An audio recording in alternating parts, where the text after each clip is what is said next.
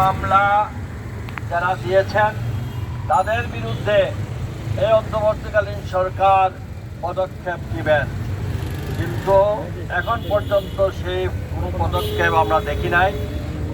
মাহমুদুর রহমানের মতো ব্যক্তিত্বের বিরুদ্ধে যদি এই ফ্যাসিজমের পরে এই সময়ে যদি মামলা দায়ের করা হয়, তাহলে আমরা ভবিষ্যৎ আলামত সম্পর্কে আমরা একটু হুঁশিয়ার হওয়া প্রয়োজন। আমাদের সকলকে সজাগ থাকতে হবে। সকল ষড়যন্ত্রের বিরুদ্ধে আমাদের ঐক্যবদ্ধভাবে এগিয়ে যেতে হবে। আমরা এই ফ্যাসিজমের পরে আরেকটা ফ্যাসিজমের একটা সংকেত দেখছি মাহমুদুর রহমানের উপর মামলার মধ্য দিয়ে।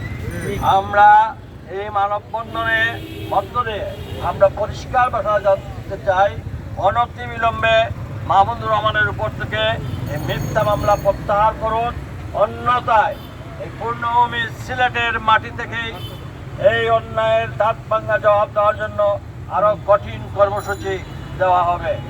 এই আহ্বান জানিয়ে আমি আমার বক্তব্য এখানেই শেষ করছি। আল্লাহ হাফেজ। বাংলাদেশ জিন্দাবাদ। বাংলাদেশ জাতীয়তাবাদী দল বিএনপি জিন্দাবাদ জিন্দাবাদ।